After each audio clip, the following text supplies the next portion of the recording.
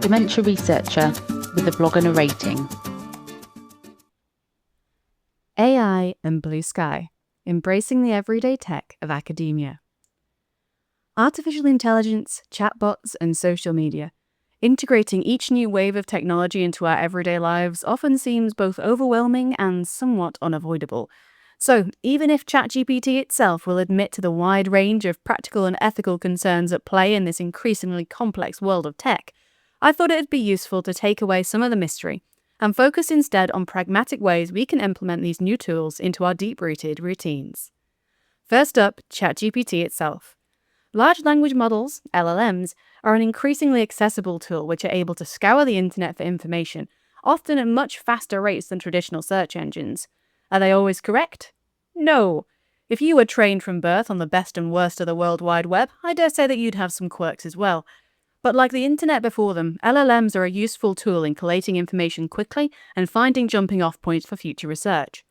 Perhaps more excitingly, this also extends to code busting. Instead of scrolling through pages of maths works in the hope of finding a related problem to the error message haunting your nightmares, why not venture a question to your favorite LLM? I've personally had instances where ChatGPT will fabricate fictional functions, but I've also had it recommend real packages which I didn't know existed.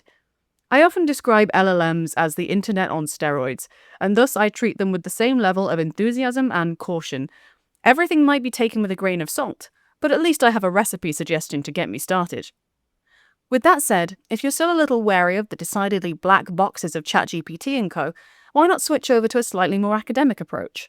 Sites like Elicit.com, Consensus, and SciSpace allow you to answer scientific questions and receive a synthesized and referenced answer based on available literature. These are made much more with scientists in mind, and each has its own unique functionalities. For example, Elicit.com will tell you how strong your research question is and provide suggestions to refine it further. Consensus adds badges to identify different types of research and highlights articles which are highly cited or from rigorous journals. What they have in common is that once you've asked your question, you can scroll through the recommended list of literature yourself, with all of your usual scientific cynicism. Ads with sites like ChatPDF, Consensus, and SciSpace also include a feature that allows you to upload your own papers and ask them questions directly. All useful techniques in finding and synthesizing literature quickly without sacrificing on knowing exactly where it comes from. Once you have a few new papers to serve as starting points, you can also head over to sites like LitMaps or Connected Papers. Type in a paper DOI and these sites will provide a network of papers connected to your original, organized by the strength of the connection, date of publication, and number of citations. Especially when trying to get the lay of the land for a new topic, these maps can be incredibly effective in ensuring no particularly impactful paper is left behind. All of these sites also have privacy policies you can review to check what information they collect from you and your PC.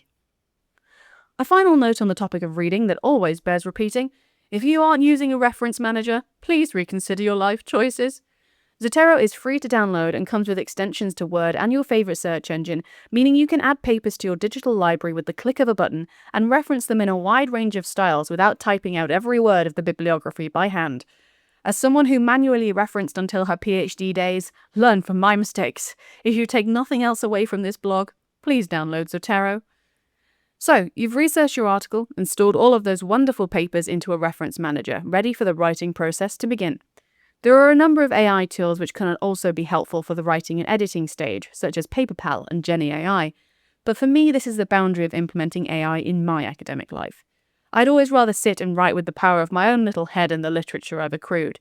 With that in mind, I can't recommend AI writing tools with the same enthusiasm as reading and referencing tools, though there are plenty of other resources available on that topic. When it comes to generating figures, I stand by PowerPoint as my favorite graphics design tool of choice, with some software, aka JASP, even allowing you to save figures directly as PowerPoint files ready for editing. If you haven't explored the icons and illustrations freely available with more recent versions of PowerPoint, I can highly recommend them. It's amazing what you can do with just some shapes and a vision. But if you want something slightly fancier, there's always the biorender and flat icons of the world ready to help out. Finally, once you have your paper published, it's time to share it with the world. Social media is a large player in the tech industry which can be helpful in increasing the reach of your work, alongside collaborating with your institution's communication team. Though there are long-established platforms like X still available, the new kid on the block is BlueSky. If you've been waiting for the perfect time to join these newest offerings on the social media market, consider this your sign to hop aboard. A few things to know before you get started. 1. BlueSky operates on hashtags in a similar way to many other platforms. The first ones you'll likely want to add are hashtag neuroscience and hashtag academic sky. From there, why not try hashtag cogsky and hashtag women in STEM, as well as following Dementia researcher, of course. 2. Starter packs are your friend. Many researchers have put together packs of BlueSky users who focus on particular subjects, such as dementia. This means you can follow tens or hundreds of relevant researchers with a single click, rather than adding everyone individually. Just use the usual search functions to seek out those most relevant to you, or check out this list from the transmitter. 3. Get engaging. As with most social media, you get back what you put into BlueSky. Especially at the beginning, it may feel a little like a ghost town, but once you start curating your feed with hashtags and following people from your academic community, hopefully hashtag neuroscience is something we can all grow together. With that, the robot overlords are telling me it's time to wrap up. The truth is that even as a young researcher, I've seen the technology sector rapidly shape the way I engage with academia on a day-to-day basis, making me more efficient and perhaps even a better researcher. In the words of ChatGPT, the key is to embrace the good while staying mindful of the risks. As with every wave of new technology, it takes a while to find our individual balance and make these modern tools work for us. But I hope this blog may have at least given you a few new ideas of how to leverage the tech of tomorrow to improve your everyday. Thank you for listening. Join the Dementia Research bloggers and share your own views.